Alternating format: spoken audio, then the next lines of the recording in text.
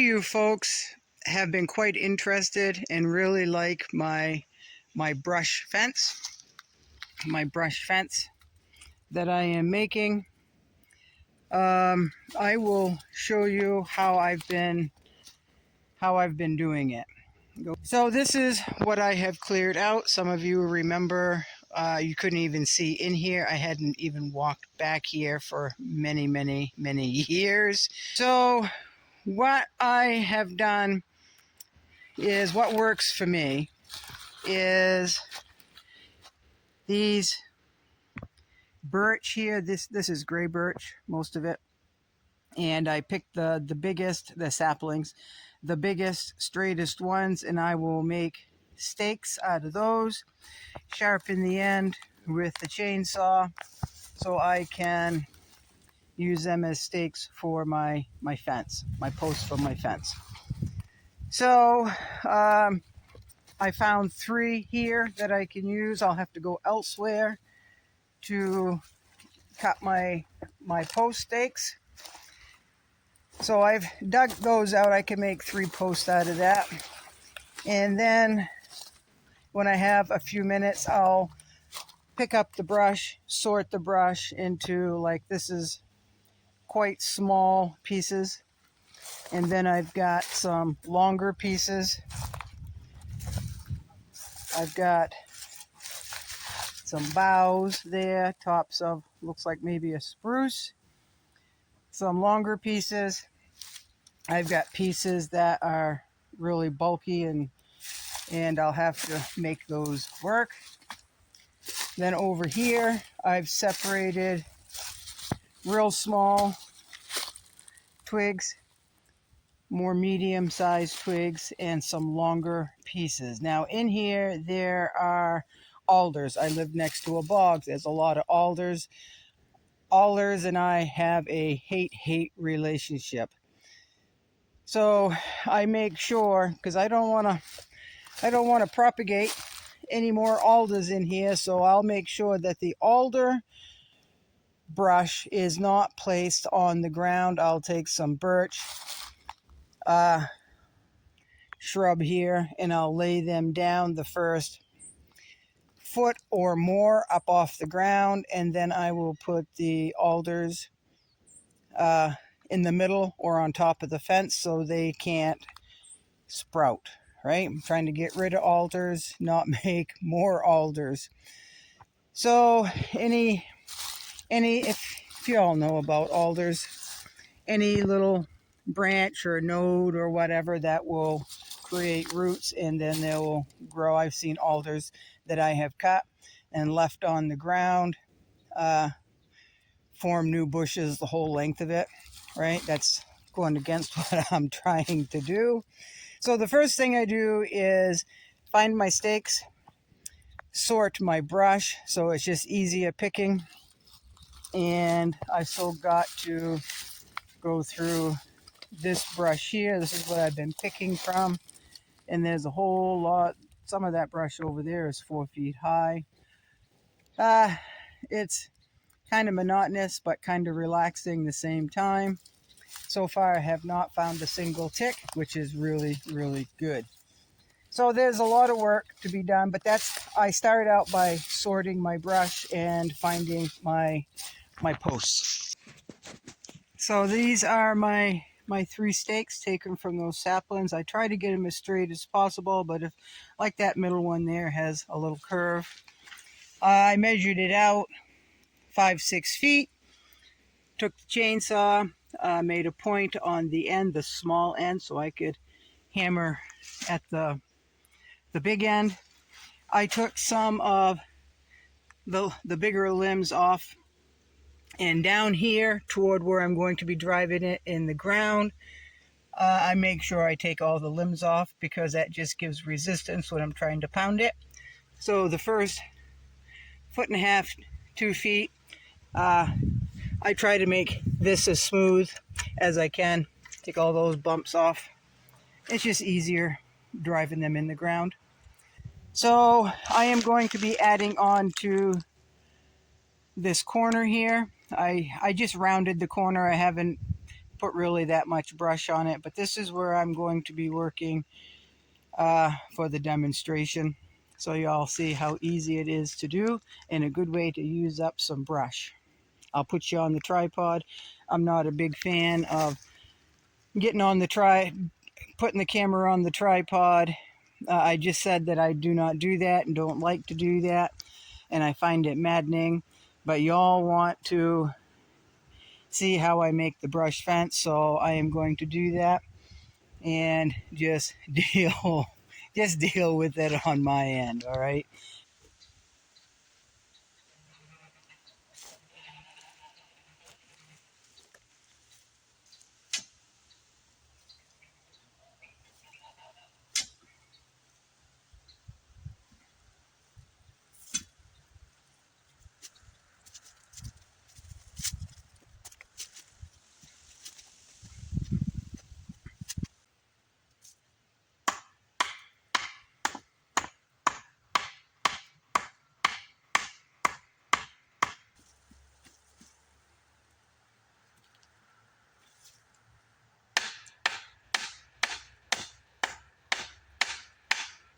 It doesn't have to be perfect.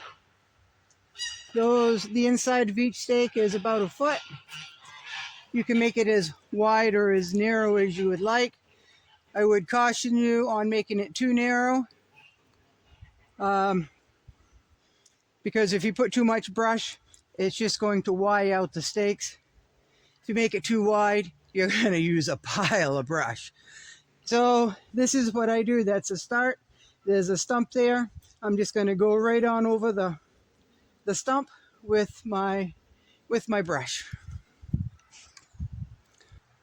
Another thing that I would like to point out, if you do it in sections at a time, what you're going to have to do is, this is one section which is hooked onto another section right there. I've still got to build this up. So what I do is take brush and stick it in, kind of level this end up a little bit, and start building my section this way. Another long one.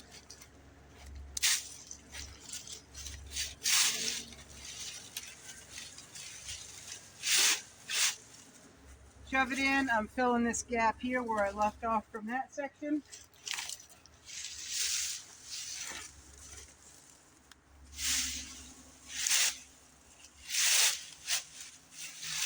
And then just push it down. And as you add the brush, it'll weight itself down, but every once in a while I just push it down to compact it a little bit. So I'll bring you back once I get a little bit more done.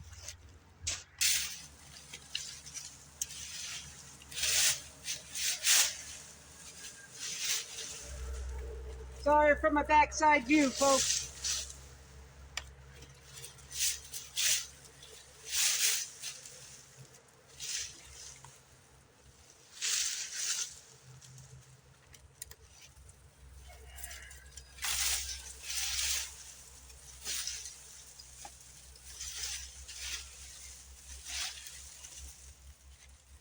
Now I will use my alders.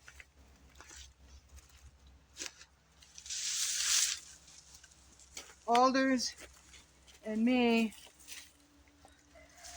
well,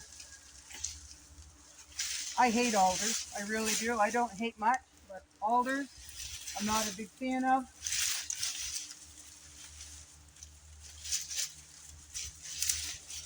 But they love me. They like to grow right where I don't want them. So that's all I do, folks, is just keep layering. In the beginning, because I was adding on to a part that already started, I put the big end into the started fence over here, and the jagged part, the top of the brush, on the other side, and I'll just keep doing that. Now, what you could do is set your stakes all up and just make one layer all the way around where you want your fence. But what happens if you run out of brush and you want a 4 or 5 foot fence, and you've only got enough when you're done to create maybe a a 2 or a 3 foot high brush fence. Now I've got a lot of brush here, but still I don't think I'm going to be able to finish my project this year. I'll have to wait till next year when I can pick up after the winter storms or cut more brush. So I would rather have it, the priority side is road facing side first, as high as I want. And I can tell that even though I've been pushing the brush down, what I've already started is it's already starting to settle, because we had, my God, folks, we had a pile of rain. I don't know how many inches we got, but it was like a monsoon here. So anyway, I'm rambling. So after I get the base down and stuck into the fence where I ended, then I'll alter. I'll put the big end over here and the brushy end over there, and then the next arm load I'll put the big end over there and the brushy end over here. It just keeps it somewhat symmetrical. Now, as you can see, that was very little brush, and look how far we've come so far. The next arm load of brush, I'll pack it down a little more so you won't be able to see gaps in there. So far, so good, folks. So far, so good. And if you all wonder what happens when those stakes, those posts rot, then I'll just cut another one, folks, and I'll stick it right where that one rotted and broke off in the ground, drive it in the ground, and it's a brush fence. You're using up nature's scraps and making a fence out of it. So if it rots, the point is the fence is going to rot from the bottom up anyway, and you keep adding to it to keep it the height that you want or the height that you need, and then just drive another stake in the ground where the post rots in the ground. It's no big deal at all. So I just leave up here, I just leave them on.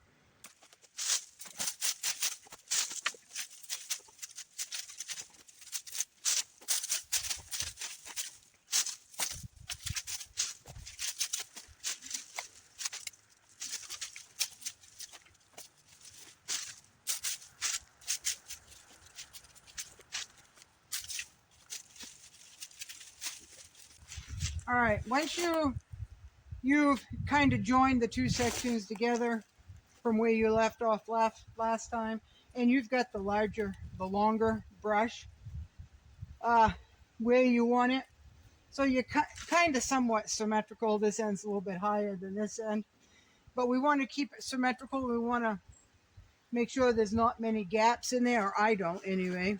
So this is where the old rotten heavy sticks come in handy.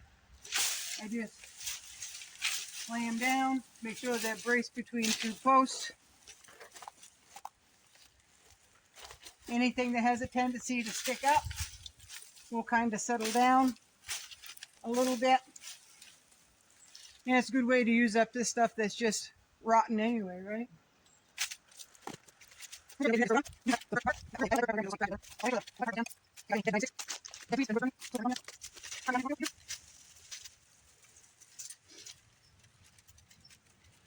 Any branches that are sticking out that you don't want stuck out that far, just kind of tuck them in the wood pile, the brush pile. No big deal.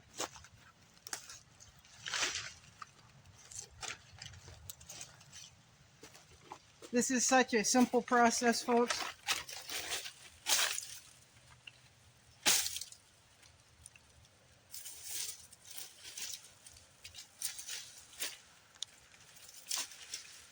Just like that.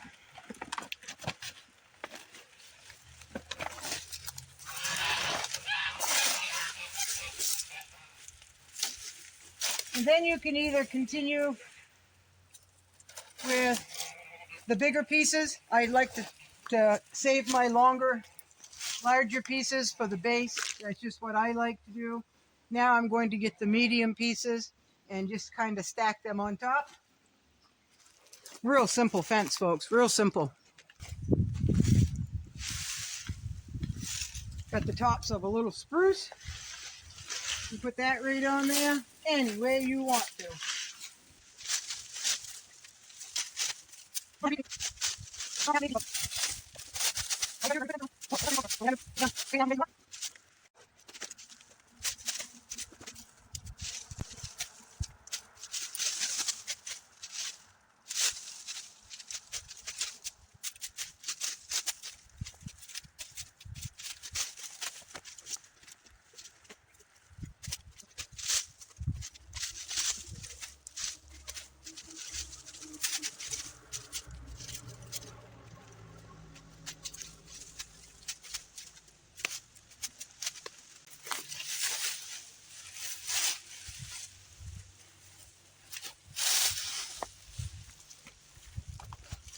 I'm not really sure if the lighting is getting in the way or not, but